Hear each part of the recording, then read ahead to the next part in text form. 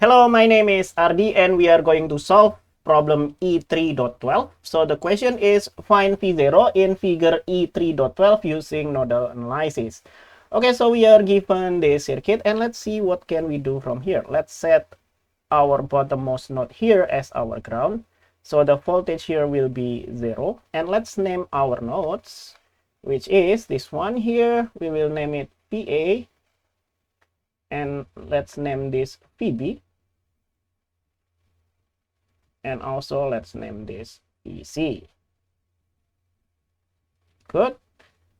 And now let's assume the direction of the current. I assume this is going to the right because this is the current source, and I just follow the direction of the arrow here. And similarly, I also assume this is going to the right. And for the others, I just assume arbitrarily. So we'll have it like this.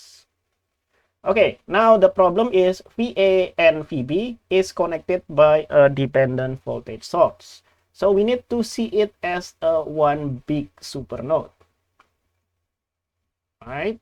So we will have to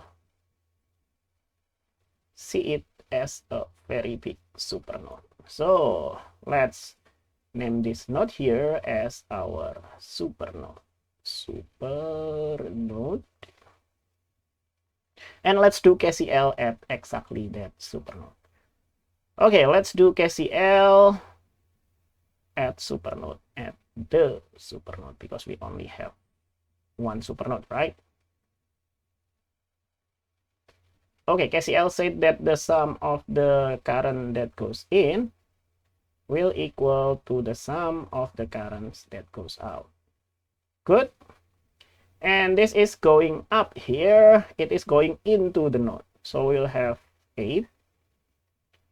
And then all the other currents are going out. So we'll have this current here, that is VA minus 0, that is VA, divided by the resistance between them, which is 3 kilo ohm. Okay. And then what else? This current here, that is 2 milliampere, we'll have that. And then plus this current here, that will be VB minus 0, so we'll have VB divided by 6. And then this current here, we will have VC. No, VB minus VC. VB minus VC divided by 2. Okay, I think we can multiply both sides by 6 to get rid all of the denominator. So on the left hand side, I will have 48. And then we will have 2 VA. And this one will be 2 multiplied by 6, that is 12. And then VB over 6, that will be VB. And then 2 and 6 will cancel each other, so we'll have 3 VB minus 3 VC. Okay, now let's simplify things here. I will have 2 VA. And then plus, I think this will be 4 VB, right? So we'll have 4 VB. And then minus 3 VC. Okay, and now we will have 48 minus 12. That will be 36. Okay, let's save this as equation number 1. Good. Now, let's do another KCL at node VC. Okay, let's exactly do that. KCL at node VC. Okay, KCL said that the sum of the current that goes in will equal to the sum of the current that goes out. Okay, there are 2 currents that goes in here. This current here, that will be 2. And then this current here, that will be VB minus VC divided by the resistance between them, which is 2, right? So we'll have 2 here. And the only current that goes out is this one. So we will have VC minus 0, that will be VC, divided by the resistance between them, which is 1. Good. Now let's multiply both sides by 2. So we'll have 4. Then we will have VB minus VC, and that will equal to 2 VC. Good. And now let's simplify things. We will have VB minus 3 VC, and that will equal to minus 4. Let's save this as equation number 2. But we have another problem here. We only have 2 equations, but we have 3 variables. So we need one more equation. So we can get it from inside the supernode.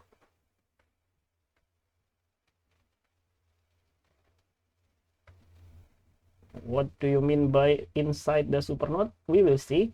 Okay, we have a dependent voltage source inside the supernode. So VA, the positive terminal is VA, and the negative terminal is VB. That means that we can calculate the difference between them, VA minus VB, and that will equal to the magnitude, which is this one, for K IX. Okay, but I don't want to write the K because the unit is already in milliampere and kilo ohm, so we just write it for IX. They will cancel eventually, right? And what is IX? IX is this current here, so we need to work out another equation. So we'll have VA minus VB. Mistake.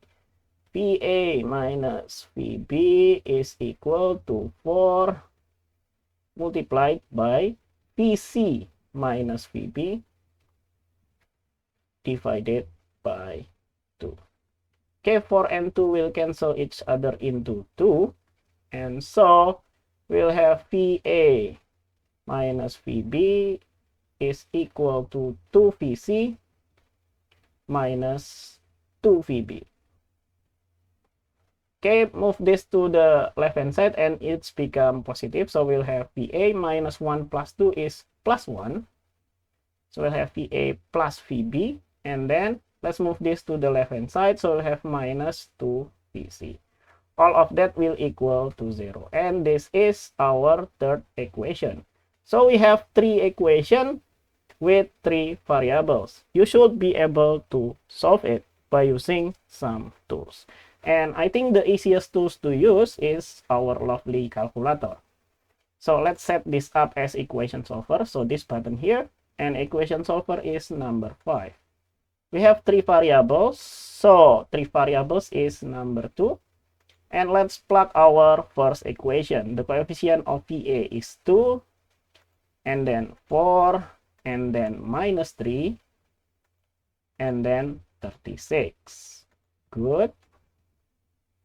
And then the second equation, the coefficient of VA is 0. The coefficient of VB is 1. And then minus 3 for VC. And then that will equal to minus 4. Good. And then the last equation, we will have 1 for VA, 1 for VB, and minus 2 for VC. And all of that will equal to 0. Good. And now we will have VA, the value of VA, which is minus 2.29. Okay, let's write that here. VA is equal to minus 2.29. The unit will be in volt, right? And what is VB? VB is the Y value here, which is 14.86. 14.86. And the unit will be in volt. And then what is VC? VC is the Z value of the Z value. So that will be 6.29. The unit will be in volt. But the question is not asked about VA, VB, or VC, but V0. However, in this case, V0 is equal to VC. Why? Because VC, okay, V0 is equal to VC minus 0, which is equal to VC. So our conclusion is V0 is equal to 6.29. And the unit will be in volt. Okay, and that is our final answer. Hopefully I did not make any mistakes in my calculation. We should not, because it is the same as the answer that is given by the book. So this is our final answer. Okay, hopefully this will help you to solve this problem. Thank you for watching. See you in the next video. Bye bye.